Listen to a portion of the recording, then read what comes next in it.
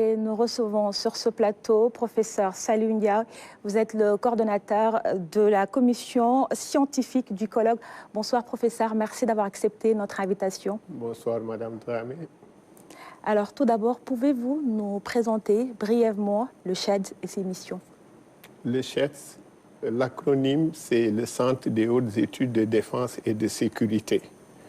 C'est une organisation qui a été créée et qui est logée à la présidence et qui est chargée d'assister l'État dans ses réflexions sur la sécurité interne et externe et également sur la protection des frontières du Sénégal, entre autres missions. Alors demain, vous organisez ce colloque. Pourquoi maintenant? Pourquoi maintenant? Parce que ce colloque est la suite logique. Le CHEDS a fêté l'année dernière ses 10 ans et le choix du thème de l'année dernière portait sur les enjeux sécuritaires en Afrique de l'Ouest. Quelle solution? Et ce colloque de l'année dernière avait recommandé un continuum de cette réflexion qui a débouché justement sur cette année, sur le 11e anniversaire du CHEDS, sur ce thème que vous venez d'évoquer. Souveraineté, sécurité en Afrique de l'Ouest et au Sahel pour des solutions durables. Qu'est-ce qui explique le choix de ce thème pour cette édition 2024? Plusieurs choses d'abord. D'abord, la souveraineté, c'est un terme holistique. En même temps, c'est un terme individualiste. Chaque État l'exerce dans toute sa plénitude et accepte difficilement qu'il y ait des restrictions. Mais ce qui est essentiel dans ce terme, c'est le contenu qu'on va donner à ce terme. C'est à la fois un contenu interne, mais aussi un contenu externe et également un contenu économique. Contenu interne, je veux dire que la souveraineté s'exerce sur un territoire donné et sur des populations données. La souveraineté externe, c'est le fait que cet État refuse toute autre soumission par rapport à d'autres États. Donc, c'est l'indépendance totale qui est affichée vis-à-vis des autres États. Alors, il y a une question. Oui, allez-y. Ce contenu ne suffit pas.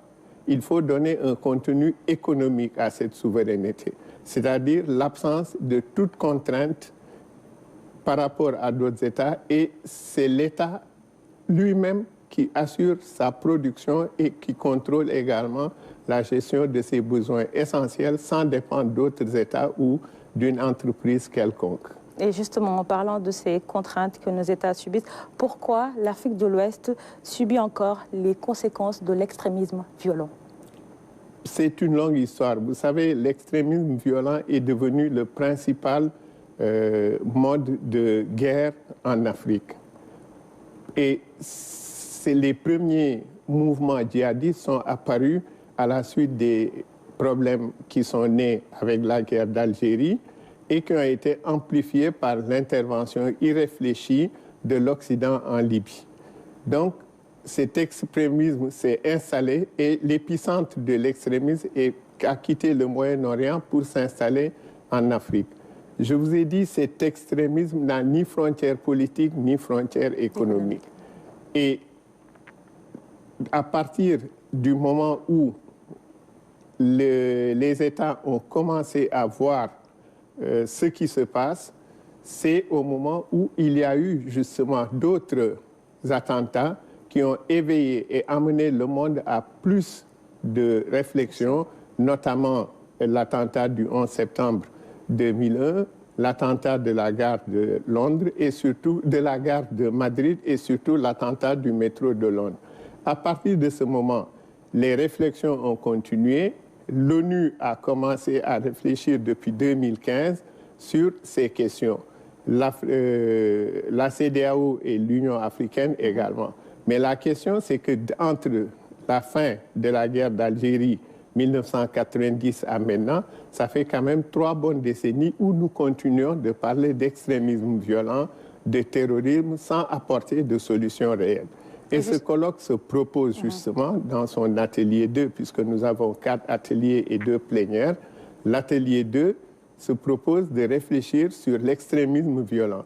Non pas une réflexion simple, mais voir comment, comment repenser les stratégies actuelles pour les réadapter aux solutions régionales et nationales. Après, on imagine que ces solutions vont être proposées au gouvernement des États de l'Afrique de l'Ouest.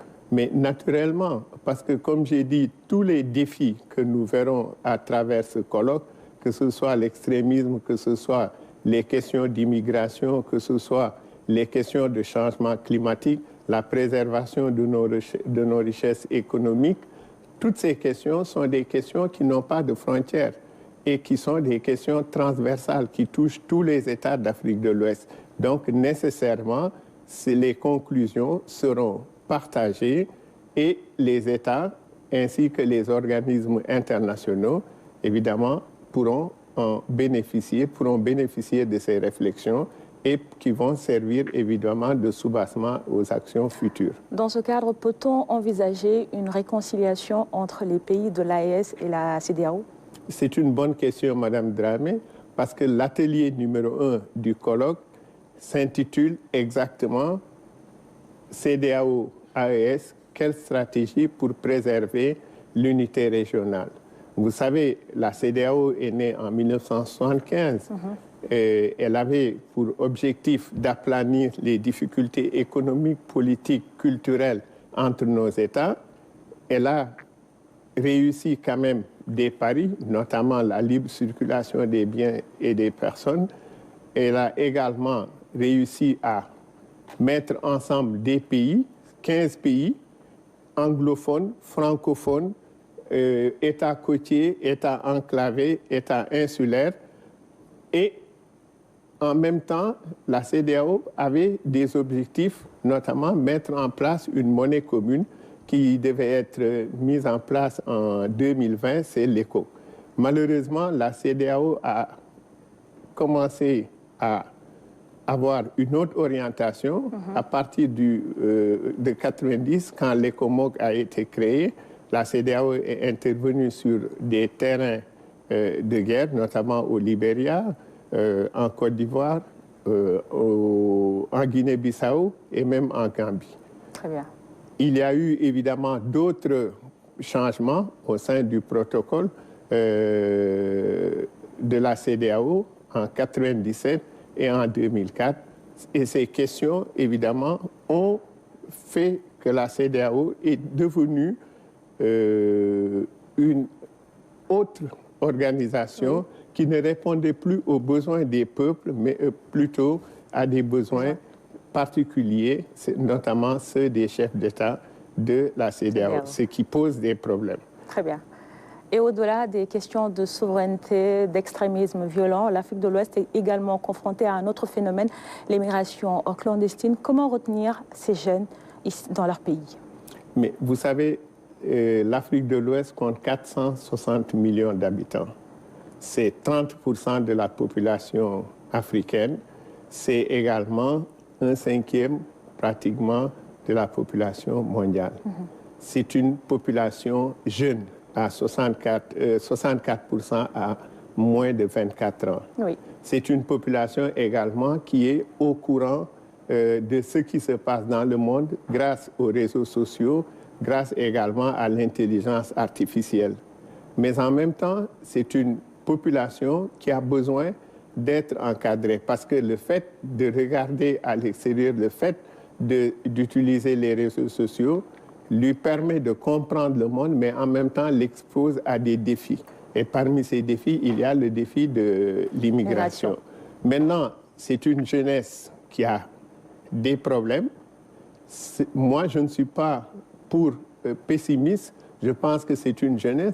Je vais parler de 460 millions d'habitants, c'est 500 millions d'habitants. C'est pratiquement 1 milliard de bras. Ce milliard de bras peut soulever des montagnes. Clairement. Ce milliard de bras peut permettre à l'Afrique de se développer, peut booster l'agriculture.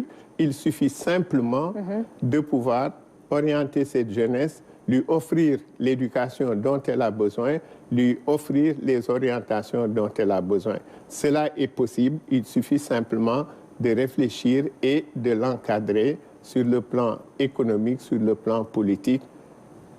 J'imagine que vous en parlez dans votre colloque de demain. Et justement, quelles sont vos attentes par rapport à cette deuxième édition? On en parlera dans le colloque de demain, c'est l'atelier 3 justement.